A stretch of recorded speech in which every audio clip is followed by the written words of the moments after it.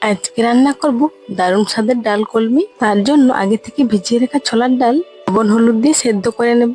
এবার কড়াইতে সর্ষের তেল দিয়ে একটা গোটা গরম মশলা, হাফ চামচ গোটা জিরে দিয়ে এরপর পেঁয়াজ কুচি আর কাঁচা লঙ্কা কুচি দিয়ে কিছুক্ষণ নাড়াচাড়া করে পেঁয়াজটা একটু হালকা ভাজা ভাজা হলে তার মধ্যে দিয়ে দেবো ছোট করে কুচি করা টমেটো।